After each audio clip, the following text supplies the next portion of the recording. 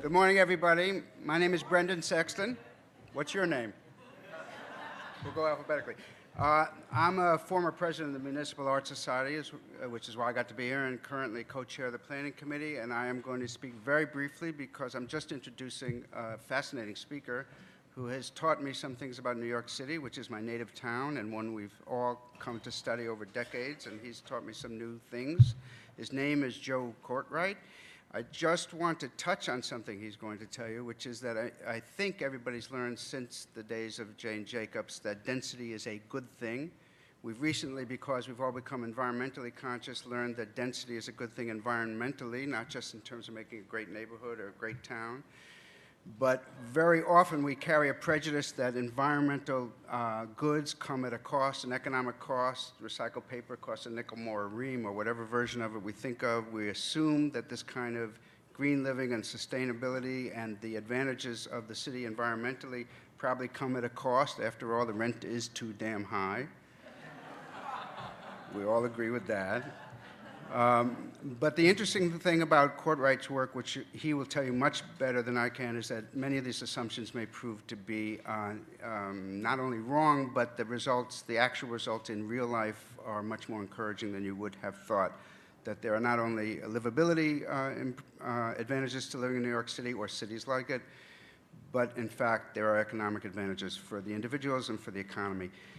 He has produced Joe is president and principal economist for Impressa, a consultant organization, which is his, but he works very closely with CEOs for Cities, which is an organization. I urge you to go on their website. It's fascinating. His work is available there and other work.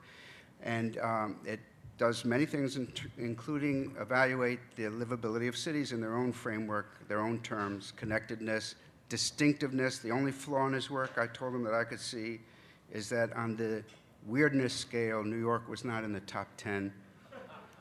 So I challenged him on that, but when he pointed out that above us were San Francisco and Salt Lake City, I had to agree that maybe we weren't as weird as we think. But at any rate, Joe is the author of this work, and he's going to tell you some things about a city I haven't heard before, but he's also telling the whole country, I think, and I'm very encouraged by that. He's a senior fellow at the Brookings Institution. He's the chief economic analyst for the Oregon Business Plan, which is a major private sector effort to develop the economy in that state. And Joe advises many state and local governments and us at the Municipal Art Society, and not only here in America, but in Europe and in Canada, my wife's home country and a great place. So without any more to say, would you welcome, please, Joe Courtwright.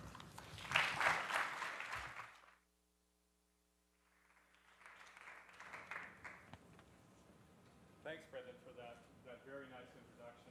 And a reasonable question that you could be asking yourself right now is, what does an economist have to contribute to a discussion of New York City?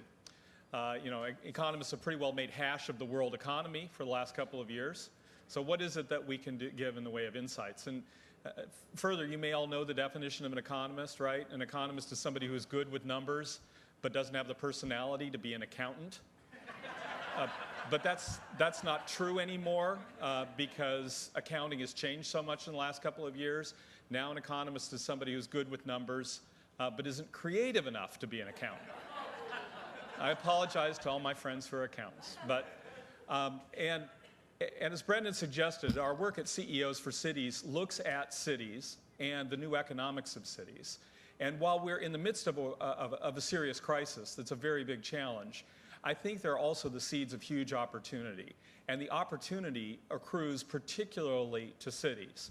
And I'm going to talk to you a little bit about the work that we've done and why I'm optimistic about cities and what I think some of the lessons are for thinking about New York and New York's future. And I'll cover that discussion really in 5 points. First of all, I'm going to talk about the shift to a knowledge-based economy and what that means, because I think that's the single most important factor. And then I'll talk about how that comes to ground in 4 particular ways, by talking about what we think are the critical ingredients to economic success going forward. And they are talent, innovation, distinctiveness, and connections. Now, we've done work in each of those 4 areas that I'll be describing to you. First, let me talk a little bit about knowledge and the shift to a knowledge-based economy.